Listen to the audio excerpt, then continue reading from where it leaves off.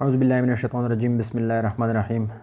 My name is Jamal Shah. As you know that in previous in previous lecture, we studied noun and its definition with the help of example.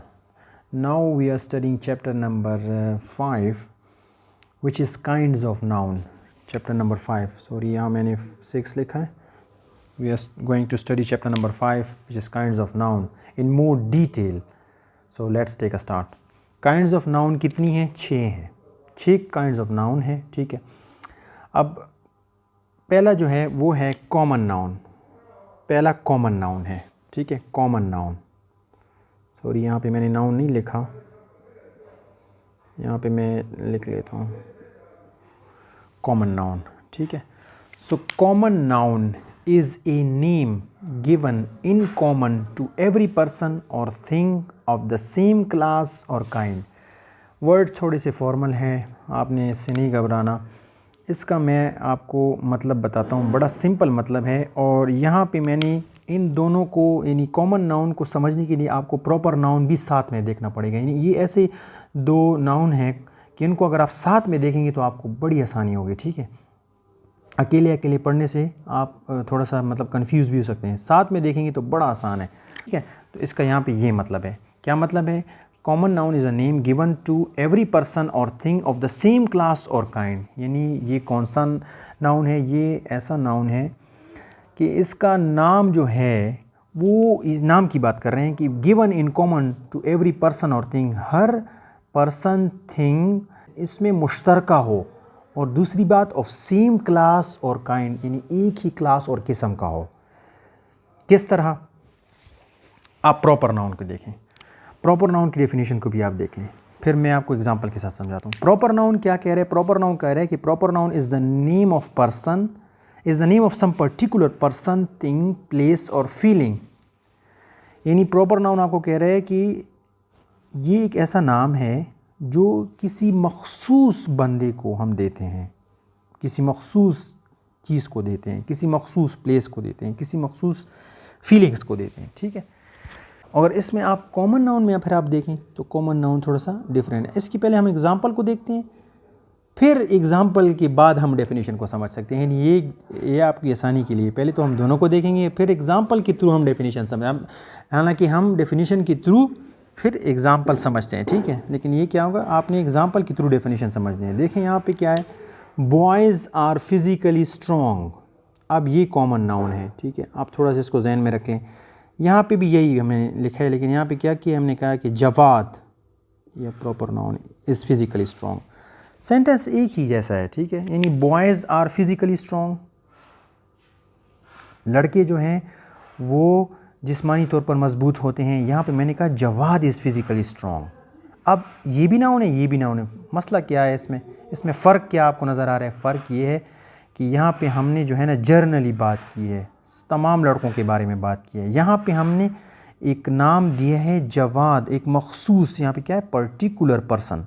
Particular person, हमने एक particular person की बात की है.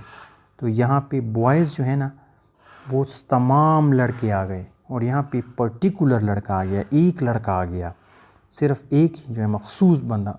तो Jawad is physically strong, तो यहाँ पे जवाद प्रॉपर नाउन है. बॉयज़ आर फिज़िकली स्ट्रॉन्ग, तो यहाँ पे बॉयज़ जो हैं वो कॉमन नाउन है. अब हमने ये पर्सन की बात की. ठीक है. पर्सन की बात कर रहे हैं. अब देखें, गर्ल्स वर्क्स हार्ड, यानी लड़कियाँ मेहनत करती हैं. अब यहाँ मैंने कहा कि सनम वर्क्स हार्ड. तो देखें यहाँ पे गर्ल्स जो है ये कॉमन नाउन है, और सनम एक पर्टिकुलर लड़की का नाम है, और एक पर्टिकुलर एक मखसूस एक ही लड़की के बारे में मैं बात कर रहा हूँ, तो वो फिर प्रॉपर नाउन में आता है. तो सनम जो है वो मेहनत करती है. अब यहाँ पे मैंने क्या है कि pen play vital role in education. तो पेन क्या, कोई भी पेन हो सकता है, हज़ारों पेन हो सकते हैं. ठीक है. कितने ब्रांड हैं, डॉलर, पियानो एट्सेट्रा, जितनी भी हैं. लेकिन मैंने क्या किया है, मैंने यहाँ पे डेफिनेशन को अब अप्लाई करें ना, यानी in common to every person और थिंग. अब ये थिंग की बात करें तो वो मुश्तरका हो.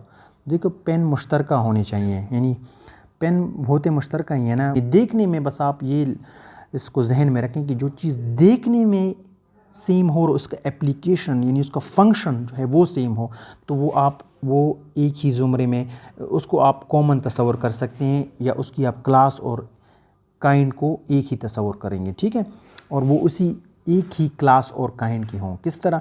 अब देखें, piano, pen plays vital role in education. Common noun में हम कह रहे हैं कि कलम जो है वो एक बड़ा ही उसका वाइटल रोल है हमारी एजुकेशन में, ठीक है, एक बड़ा अहम, वाइटल का मतलब यहाँ अहम उसका किरदार है एजुकेशन में। भाई पेन के बगैर तो कहाँ पर एजुकेशन, ठीक है। और यहाँ पे मैं क्या कह रहा हूँ, यहाँ पे मैं कह रहा हूँ कि piano is my favourite pen. देखें अब यहाँ पे सारे पेन और यहाँ पे एक पेन की मैं बात कर रहा हूँ, डॉलर की बात नहीं कर रहा, पियानो की बात कर रहा हूँ। तो पियानो ब्रांड की बात कर रहा हूँ कि piano is my favourite pen. Favourite, तो यहाँ पे ये क्या हो गया, प्रॉपर नाउन हो गया। तो अब आपको समझ आ रही है। मज़ीद थोड़ा सा मैं आपको समझाना चाहता हूँ कि ये जो कॉमन नाउन है ना, इन्होंने जो डेफिनेशन दी है, इसका मतलब ये भी है कि देखें अगर आप सब चीज़ों को देखें, अगर आप ट्रीज़ की बात करेंगे ना, ट्रीज़, तो ट्रीज़ देखें देखने में एक जैसे हैं, उनका काम भी एक है, यानी आपको ऑक्सीजन देते हैं, कार्बन डाइऑक्साइड लेते हैं, और देखने में भी एक जैसे हैं। तो हम उस सब को जो है ना, वो सारे जो है कॉमन है, उस चीज़ मुश्तरका हैं, एक ही जैसे हैं, मतलब आप ये समझ लें।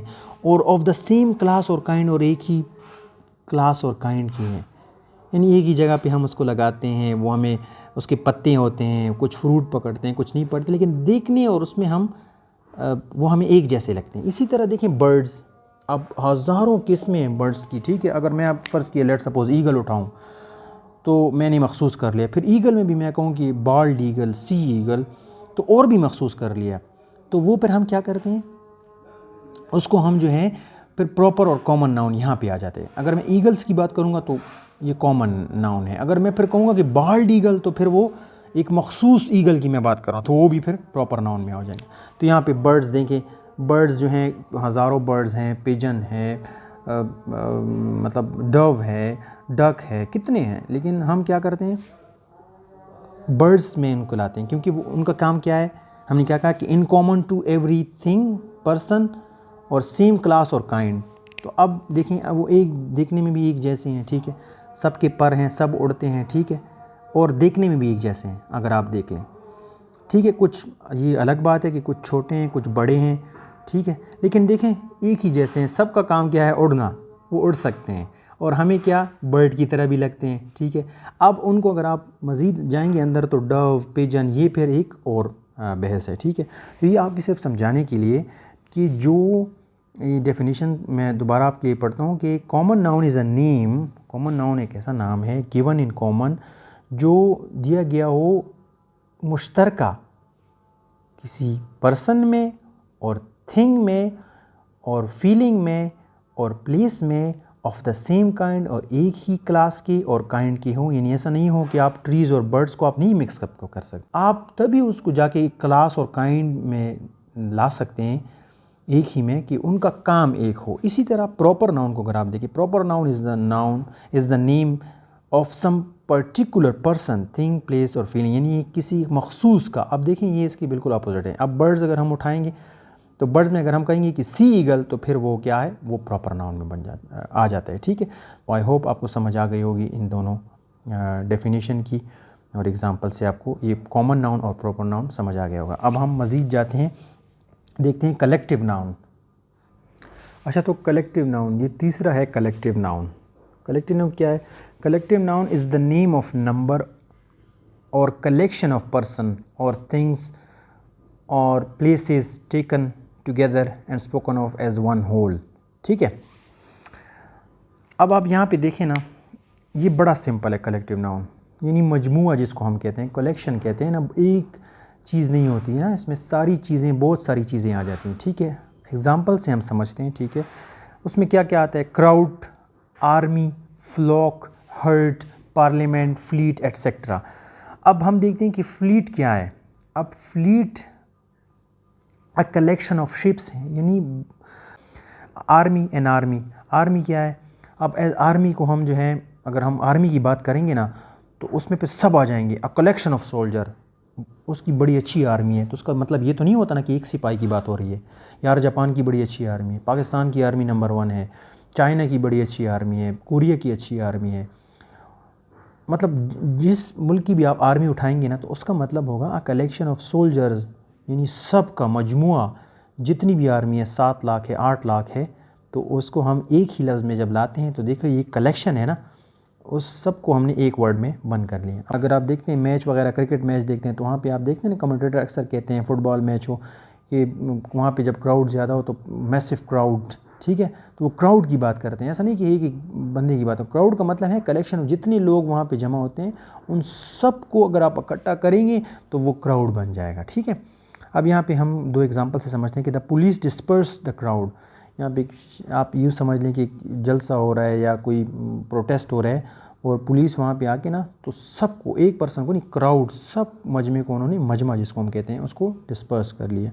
यहाँ पे ज्यूरी एक वर्ड है, ज्यूरी, ये अब है आप इसको कलेक्शन ऑफ जज कह सकते हैं, ठीक है, जजेस यानी एक जज बैठा हो तो फिर तो एक जज हम कह सकते हैं ना। अगर 4-5 जजेस बैठे हों वो फैसला करें तो हम कहते हैं the jury found the prisoner guilty, यानी जो जजेस हैं उनका एक कलेक्शन, उनकी 4-5 जजेस ने मिलकर इस प्रिजनर को, जो है, जो एक कैदी था, उसको गिल्टी, कसूरवार ठहराया, ठीक है। तो ये है कलेक्टिव नाउन। ये तीसरा है। अब चौथा हम देखते हैं। तो चौथा जो हमारा नाउन है वो है एब्स्ट्रैक्ट नाउन। ये थोड़ा सा ट्रिकी है, बड़ा आसान है। Abstract noun is usually the name of quality, action और स्टेट, ठीक है। एब्स्ट्रैक्ट नाउन जो है अमूमन जो है किस चीज़ का नाम होता है, किसी क्वालिटी का, एक्शन का और स्टेट का। ये अभी आपको दिए गए हैं किस तरह, यानी क्वालिटी में अब काइंडनेस आ जाता है, वाइटनेस, डार्कनेस, ब्रेवरी। एक्शन में लाफ्टर आ जाता है, थेफ्ट आ जाए, हेट्रेट, नफ़रत, थेफ्ट यानी चोरी, मूवमेंट, कोई तहरीक वगैरह। स्टेट में चाइल्डहुड यानी बचपन, बॉयहुड लड़कपन, और यूथ, इमरान खान वाली यूथ, और स्लेवरी जो है ग़ुलामी, ठीक है। तो अब हम इसको समझते हैं कि इसका क्या मतलब है। अब यहाँ से हम समझते हैं। We can speak of brave soldier, हम बात कर सकते हैं ब्रेव सोल्जर यानी बहादुर सिपाही की, अ स्ट्रॉन्ग मैन, एक मजबूत आदमी की, अ ब्यूटीफुल फ्लावर, एक खूबसूरत फ्लावर की। लेकिन इसके अलावा अब यहाँ पे एब्स्ट्रैक्ट नाउन को समझें। But we can also think of these qualities, लेकिन हम ये जितनी क्वालिटीज़ हैं ना, हम इनको हम सोच सकते हैं या हम इनके बारे में बात कर सकते हैं अपार्ट, ये लफ्ज़ इम्पॉर्टेंट है, apart and discuss it generally from any particular person और थिंग। हम ये यहाँ पे इसका मतलब है कि हम यहाँ पे जो है ना, इसको जनरली डिस्कस कर सकते हैं, यानी हम इसको किसी के सहारे नहीं डिस्कस करेंगे। यहाँ इसका सहारा क्या है, सोल्जर है। हम इसको अकेले डिस्कस करेंगे, जनरली डिस्कस करेंगे, किसी चीज़ के साथ इसको हम नहीं जोड़ेंगे। किस तरह, यहाँ पे ब्रेव सोल्जर है और यहाँ पे क्या है, यहाँ पे है ब्रेवरी। अब वो किसी चीज़ के साथ हमने इसको जोड़ लिया है, यानी हम किसी मखसूस सोल्जर जो है उसकी ब्रेवरी के बारे में बात करें। ये ब्रेवरी यानी हर किस्म की ब्रेवरी, सोल्जर की भी हो सकती है, किसी शख्स की भी हो सकती है, किसी परिंदे की भी हो सकती है। हम ब्रेवरी की बात कर रहे हैं, हम किसी चीज़ को उसके साथ जोड़, अकेले हम ब्रेवरी की बात कर रहे हैं, किसी चीज़ के साथ जोड़ नहीं रहे हैं। यानी इसका मतलब यही है कि we can speak of brave soldier, strong man, beautiful flower, but we can also think of this qualities या डिस्कस दिस क्वालिटीज़ अपार्ट, यानी इसके अलावा, अकेले सोल्जर के अलावा हम डिस्कस कर रहे हैं, apart and discuss it generally discuss कर रहे हैं, फ्रॉम एनी पर्टिकुलर पर्सन और थिंग, किसी मखसूस चीज़ के लिए नहीं, किसी मखसूस पर्सन के लिए नहीं। And speak of bravery, strength, beauty. अब यहाँ पे तो ब्रेवरी तो आपको पता है कि ब्रेव सोल्जर से, और अ स्ट्रॉन्ग मैन हम सिर्फ स्ट्रेंथ की बात कर रहे हैं। अब हमने वो स्ट्रॉन्ग जो है ना उसको अकेले डिस्कस किया। यहाँ पे अपार्ट कह रहे हैं ना कि आप अकेले जिस चीज़ को डिस्कस करेंगे, और जनरली। अब वो तो सिर्फ आदमी की बात, स्ट्रॉन्ग तो कुछ भी हो सकता है, लकड़ी भी स्ट्रॉन्ग हो सकती है, कोई जो है बंदा भी स्ट्रॉन्ग हो सकता है, कोई शिप भी स्ट्रॉन्ग हो सकती है, कोई, मतलब आप स्ट्रॉन्ग को फिर उठा लेना। तो स्ट्रेंथ की हम बात कर रहे हैं कि स्ट्रेंथ यानी ताकत फिर किसी चीज़ की भी हो सकती है। स्ट्रेंथ चींटी की भी स्ट्रेंथ हो सकती है, शेर की भी हो सकती है। लेकिन यहाँ पे हम क्या एक मखसूस डिस्कस कर रहे थे। जब ये मखसूस से निकल जाएगा ना, जब हम किसी मखसूस चीज़ के लिए इस्तेमाल नहीं करेंगे, जब हम किसी चीज़ के साथ इसको नहीं जोड़ेंगे, जिस तरह मैंने आपको पहले कहा, तो ये फिर स्ट्रेंथ में आ जाएगा और ये क्या हो जाएगा, ये एब्स्ट्रैक्ट नाउन हो जाएगा। यहाँ पे देखें ब्यूटी, यहाँ पे हमने ब्यूटीफुल फ्लावर कहा था ना, तो देखो ब्यूटीफुल को हमने जोड़ दिया है, ठीक है, इसके साथ। अगर हम इसको अकेले डिस्कस करेंगे अपार्ट और क्या करेंगे, जनरली डिस्कस करेंगे, तो ब्यूटी तो फिर खूबसूरत फूल भी हो सकते हैं, खूबसूरत लोग भी हो सकते हैं, खूबसूरत दरख्त भी हो सकते हैं, खूबसूरत पहाड़ भी हो सकते हैं। इसी तरह इन सब पे आप अप्लाई करें। तो आई होप आपको समझ आ गई होगी इस चीज़ की। The names of the arts, एक चीज़ को आपने ज़रूर याद रखना है, स्टार का जितने भी मैं आपको पॉइंट दूँ तो आपने इसको इम्पोर्टेंट, यानी इस चीज़ को अपने जहन नशीन करना है। ये इसमें एक चीज़ है, the names of the arts and sciences, जिस तरह की म्यूज़िक, ग्रामर, केमिस्ट्री एट्सेट्रा, जितनी भी सब्जेक्ट्स हैं, जितने म्यूज़िक्स हैं, ग्रामर है, ये हमेशा एब्स्ट्रैक्ट नाउन्स होंगे, ठीक है। ये आपने एक पॉइंट इसमें याद रखना है। मज़ीद हम इसको देखते हैं और काउंटेबल और अनकाउंटेबल भी देखते हैं। अच्छा, ये भी आप एक चीज़ इसमें याद रखें कि एब्स्ट्रैक्ट नाउन्स आर फॉर्म्ड, किस चीज़ से एब्स्ट्रैक्ट नाउन बनते हैं, 3 चीज़ों से भी बन सकते हैं, एडजेक्टिव्स, वर्ब्स और कॉमन नाउन्स। किस तरह abstract nouns are formed from adjectives, जिस तरह काइंडनेस जो है वो काइंड से बनता है, ठीक है। ऑनेस्टी जो है वो ऑनेस्ट से बनता है, ठीक है, तो ये एडजेक्टिव्स हैं। अब फ्रॉम वर्ब्स से किस तरह बनते हैं, ओबीडियंस जो है वो ओबे से बनता है, ठीक है, ओबे एक वर्ब है, और ग्रोथ जो है ये ग्रो से बनता है, ठीक है। अब यहाँ पे देखें from common nouns, common noun से भी बन सकते हैं। चाइल्डहुड जो है ये कॉमन नाउन है, ठीक है, चाइल्ड से बनता है, ठीक है, चाइल्ड से हम चाइल्डहुड बना सकते हैं। स्लेव एक कॉमन नाउन है, स्लेव, ठीक है, स्लेव एक कॉमन नाउन है, इससे हम स्लेवरी बना सकते हैं, ठीक है। तो ये कुछ लफ्ज़ थे। काइंडनेस जो है रहम को कहते हैं, ऑनेस्टी ईमानदार, ओबीडियंस जो ताबेदार होते हैं, हुक्म की अताअत करने वाला, ग्रोथ नशुनमा, चाइल्डहुड बचपन, और स्लेवरी यानी ग़ुलामी। अच्छा, काउंटेबल नाउन्स और अनकाउंटेबल नाउन्स की अब बात करते हैं। 5वां है countable nouns. Countable nouns are the names of objects, people etcetera that we can count. अच्छा, काउंटेबल नाउन्स वो नाउन्स होते हैं जो ऑब्जेक्ट्स हों या पीपल्स हों या जो भी चीज़ हों, आप उनको उठाते हैं, लेकिन आप क्या करते हैं, उनको गिन सकते हैं। जैसे फॉर एग्ज़ाम्पल बुक को उठाते हैं, बुक को आप गिन सकते हैं, पेन उठाएं, पेन भी आप गिन सकते हैं, सेब भी आप गिन सकते हैं, बॉय भी आप गिन सकते हैं, आप सिस्टर बहनें जितनी हैं वो भी गिन सकते हैं कि 5 हैं, 4 हैं। यानी जो चीज़ आप गिन सकते हैं ना, आपके इख्तियार में हो, ठीक है, तो उसको काउंटेबल नाउन कहते हैं, ठीक है, यानी गिनने के काबिल हैं, ठीक है, गिन सकते हैं हम।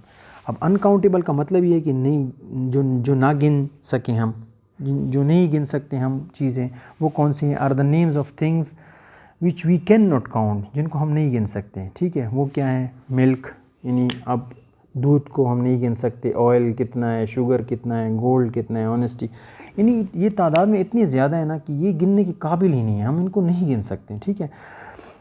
अब दूसरा क्या है, एक पॉइंट यहाँ पे मैंने स्टार डाला है, इसको आपने लाजमी याद करना है, इसमें भी एक पॉइंट है, ठीक है, कि काउंटेबल नाउन्स है प्लूरल फॉर्म्स, कि जो जिन नाउन को हम गिन सकते हैं, जो काउंटेबल नाउन है, उनकी प्लूरल फॉर्म भी है, ठीक है, उनकी जमा वाली फॉर्म है। और while uncountable nouns do not, और जो अनकाउंटेबल नाउन है उनकी नहीं है। किस तरह, फॉर एग्जांपल हम बुक को जो है ना बुक्स कह सकते हैं ना हम, लेकिन हम मिल्क जो है ना, हमने ये अनकाउंटेबल नाउन से उठाया है, ठीक है। हम मिल्क या ऑयल को हम ऑयल्स नहीं कह सकते, ये गलत हो जाएगा, ठीक है, तो हम उनको ऑयल ही कहेंगे। और बुक को हम बुक्स भी कह सकते हैं। तो आई होप ये जितनी काइंड्स हैं ये आपको समझ आ गई होगी। कोई भी आपका इशू है कमेंट बॉक्स में मुझे लाजमी इन्फॉर्म करें, मैं कोशिश करूँगा आपका अगर कोई कॉन्सेप्ट क्लियर नहीं होगा, कोशिश करूँगा दोबारा क्लियर करूँ। तब तक के लिए इजाज़त दें, दुआओं में याद रखिए। अल्लाह हाफ़िज़।